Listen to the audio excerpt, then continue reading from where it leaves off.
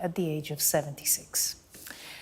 Now is an Oasis reunion on the cards. Well, it's safe to say Liam Gallagher has sent fans into somewhat of a frenzy. It's got to be that. If it comes out that it's a repackaged vinyl, I think we're all going to be quite shocked. So yeah, I think it is going to be that.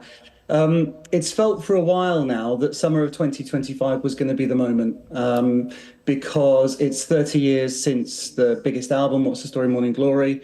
There's a nice sort of 15 years since the split, and that's sort of 15 years from the first album as well. So it just feels right. There's a couple of personal things as well, like Noel has split up with his wife, and there was always apparently a lot of beef between Noel's wife and Liam. And and their schedules are clear. Their schedules are clear now.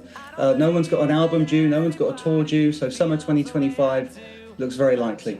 Well, we'll find out tomorrow. But listen, you became a fan in 1994, like many of us, but you started your podcast about Oasis in 2017, and I'm assuming the podcast is still running now. So why did you decide to start a podcast in 2017? And who are your listeners? Is it just old people, not so young people who remember the 90s? Yeah, the less young. Or is it new fans as well that start to appreciate Oasis music? Yeah, absolutely. Yeah. So I started it in 2017 just because I'm a huge fan of podcasts, and there wasn't an Oasis one. There was 100 Beatles ones. There's lots of other band podcasts, but there wasn't an Oasis one, and no one else was going to do it. So I did it and got in quite early and pinched the name Oasis Podcast. It is unofficial, but yeah, I got the name.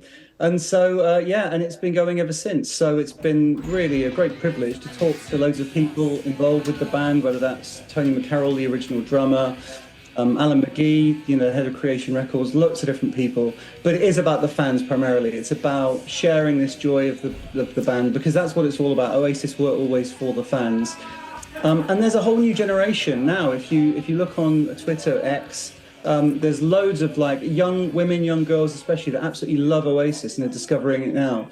And I was at Reading yesterday, and there was, 60,000 people or whatever it was. And loads of primarily 16, 17-year-olds just loving Liam, loving the band. And so it is a whole new generation, as well as say, the guys and women that were there from the 90s.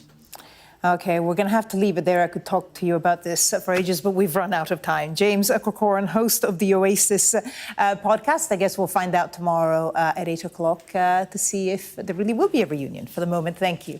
Thank you. You're watching Sky News. Coming